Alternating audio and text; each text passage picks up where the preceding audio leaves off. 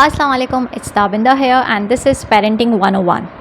आज के एपिसोड में मैं आप लोगों से कुछ टिप्स शेयर करने वाली हूँ कि हम ख़ुद को और अपने बच्चों को स्कूल के लिए कैसे तैयार करें।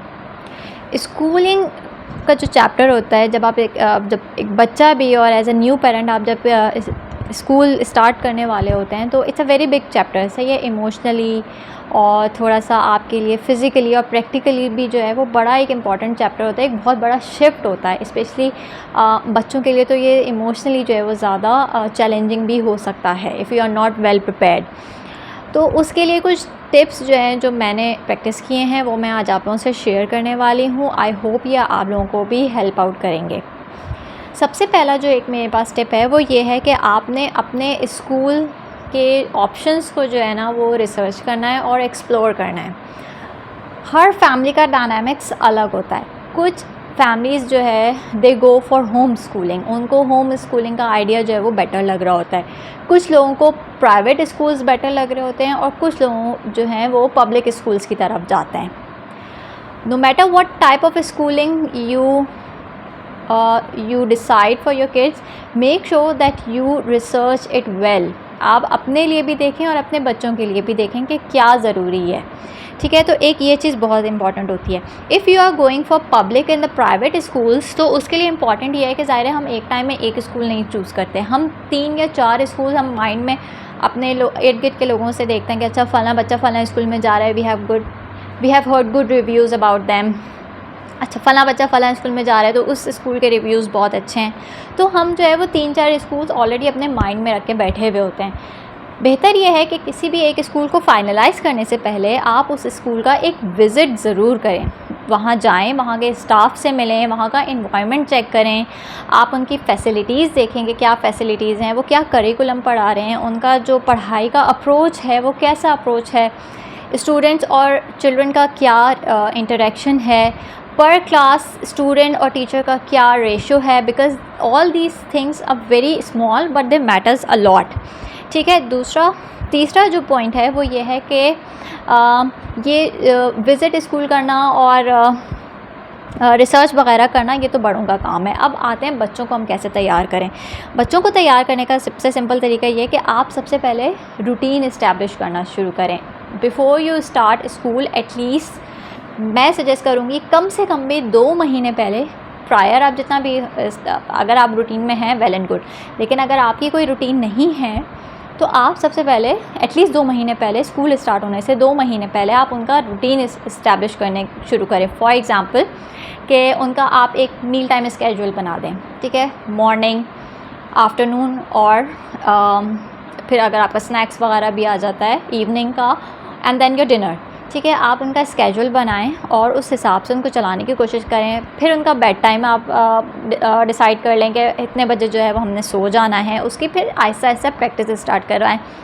एक आपका दिन का जो टाइम है वो आपका लर्निंग का या स्टडी टाइम है। फिर उसके बाद बुक रीडिंग का टाइम है, प्ले टाइम है, outdoor activities, indoor games, whatever you are comfortable with. तो आहिस्ता आहिस्ता रूटीन सेट करना शुरू करें।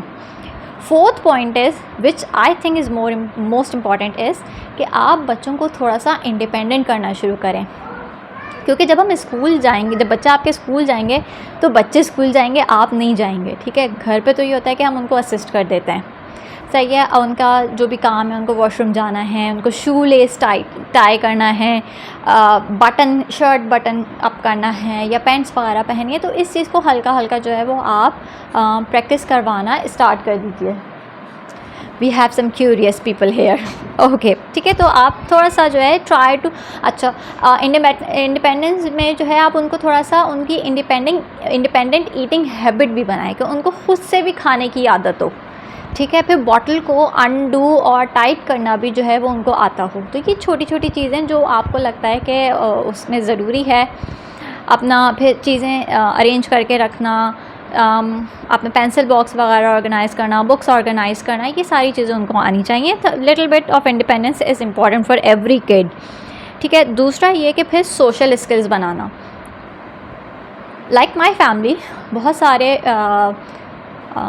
पेरेंट्स जो हैं वो उनके पास या बच्चे जो हैं अगर लाइक माई फैमिली, आप न्यूक्लियर फैमिली हैं और आपका कोई बिग फैमिली सिस्टम नहीं है, you are not living in a joint family, आपका आना जाना मिलना मिलाना नहीं है, ट्राई टू डू दैट। क्योंकि अगर आप आइसोलेटेड सिस्टम में से या एक लिमिटेड ग्रुप ऑफ पीपल में से एक बच्चे को उठा के स्कूल में डालेंगे तो वो ओवरवेलमिंग हो जाते हैं, क्योंकि स्कूल में ज़ाहिर है बहुत सारे लोग होते हैं और हर एज के लोग होते हैं, हर बैकग्राउंड के लोग होते हैं, they speak different, may be they speak different languages, ठीक है, वो बच्चों के लिए ओवरवेलमिंग हो जाता है and kids do feel nervous about it. तो आप थोड़ा सा उनकी सोशल स्किल्स पे भी इस तरह से काम कर सकते हैं, encourage them to talk to their friends, maybe take them to the park, वहाँ आप उनको सोशलाइज़ करवाएं, रैंडम जो इर्द गिर्द हमारे लोग होते हैं, हमने maybe we can arrange play dates, और बहुत सारे ऑप्शंस होते हैं, पार्क ले गए, प्ले डेट्स का idea I have given you. फिर छोटे समर कैंप्स भी होते हैं जहाँ पे बहुत कम बच्चों की, या जैसे आजकल जो है they are certain very amazing bloggers and Instagrammer जो क्लासेस अरेंज करते हैं, घंटा 1.5 घंटा की क्लासेस वो अरेंज कर रहे होते हैं। तो इस तरह के आपके एरिया में भी कुछ टीचर्स होंगे जो ऑब्वियसली इंस्टाग्राम वगैरह पे कहीं ना कहीं वो प्रमोट कर रहे होंगे, तो वो अपने घर पे ही जो है अरेंज करते हैं कि बच्चे आएंगे, हम कोई एक्टिविटी कर लेंगे, मे बी इस्लामिक एक्टिविटी और मैथ्स एक्टिविटी और आर्ट एंड क्राफ्ट एक्टिविटी। तो इस तरह के जो छोटे ग्रुप्स वाले इंटरैक्टिव या हाँ इंटरैक्टिव ग्रुप्स होते हैं बच्चों के, you can take them there as well. उसमें कुछ में एज लिमिट होती है, कुछ में एज लिमिट नहीं भी होती, so you can check that out, तो they help you develop the social skill. Another thing is कि आपने बच्चों से कम्युनिकेशन का जो है ना, अब if you are not good at talking to your kids, start talking to them, क्योंकि this is now going to be the very crucial and very important and a very big change in their life। यहाँ उनको आपकी बार बार ज़रूरत पड़ेगी। Start कैसे करना है? सबसे पहले तो आप स्कूल के बारे में बताना शुरू करें कि हम जो है अब हम स्कूल स्टार्ट करेंगे, स्कूल क्या होता है, स्कूल में कौन होता है, स्कूल में कैसे होता है, डिफरेंट चीज़ें क्या हो रही होती हैं स्कूल में। उसके बाद जो है share everything about their school का आइडिया देना शुरू करें, ठीक है। Maybe take them to the school. जब आप स्कूल के विज़िट के लिए जा रहे हैं तो बच्चों को लेके जाएं साथ में, उस बच्चे को साथ ले जाएं ताकि उसको भी आइडिया हो कि ये स्कूल होता है, यहाँ पे बच्चे इस तरह से आते हैं पढ़ते हैं, तो वो एक विजुअल उसको एक आइडिया मिलेगा। सेकेंडली, जिस तरह हर इंसान को एक क्वेश्चंस होते हैं, कंसर्न्स होते हैं, बच्चों के भी कंसर्न्स होते हैं। Listen them, do not avoid them, listen them. उनके क्वेश्चंस जो हैं, no matter how silly they sound, please listen to them and answer them. उनके जो कंसर्न हैं, उनके जो फेयर्स हैं, response to them, answer them, उनको आप डील करें, उनसे बात करना बहुत ज़रूरी है, ठीक है। अनदर थिंग इज़ दैट कि आपने अपनी एक्सपेक्टेशंस को जो है ना मैनेज कर लेना है, क्योंकि देखें कोई भी बच्चा जो है, मतलब सारे बच्चे फ़र्स्ट नहीं आ सकते, सारे बच्चे मैथ्स में या साइंस में बेस्ट नहीं हो सकते, ठीक है। तो आपने अपने लिए जो है ना एक तो एक्सपेक्टेशन सेट करनी है, इस चीज़ को आपने जहन में बिठा लेना है कि maybe if your child is good at one subject, he may not be good at other subject and it's fine। आप उसको जिसमें वो अच्छा है उसमें असिस्ट करें, उसमें और ज़्यादा उसको इनकरेज करें, जिसमें वो थोड़ा सा वीक है असिस्ट हिम।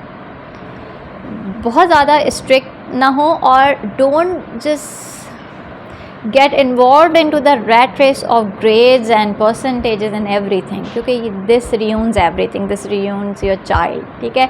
एजुकेशन का मतलब ये नहीं है कि आपने फर्स्ट आना है या आपने हर चीज़ अचीव कर लेनी है। एजुकेशन का मतलब ये है you need to find one skill, one area, one discipline जिसमें आपका बच्चा बेहतर है, इंटरेस्ट ले रहा है, उसको शौक़ भी है, and then you need to observe that, ठीक है। और फिर आप उसको उस चीज़ में हेल्प करें एंड मेक श्योर कि आप उसको इतना हेल्प करें कि वो आगे उसको अपना करियर या प्रोफेशन की तरफ भी लेके जा सके, सही है। उसके बाद जो है आप सब the last but not the least, prepare emotionally. अपने आप को भी इमोशनली प्रिपेयर करें और अपने बच्चों को भी इमोशनली प्रिपेयर करें, क्योंकि बहुत सारे बच्चों के लिए ये फ़र्स्ट टाइम ऐसा होता है कि वो अपने पेरेंट्स से इतने ज़्यादा टाइम के लिए दूर जा रहे होते हैं and it is overwhelming.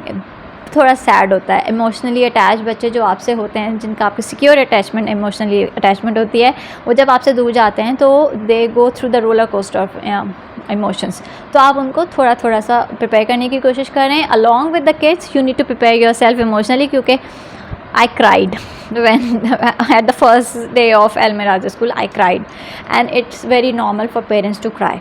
If you want something more about this topic, I'm linking my article or blog down below. Description पे मैं अपने blog का mention कर रही हूँ. You can read down there. और आप अपने फ्रेंड्स और फैमिली से भी शेयर करें. And if you are starting the school, happy schooling, और अल्लाह ताला आप लोगों के लिए आसानी फरमाए. अगली एपिसोड पे मिलते हैं एक नए टॉपिक के साथ. तब तक के लिए अपना ख्याल रखिएगा. अल्लाह हाफ़िज़.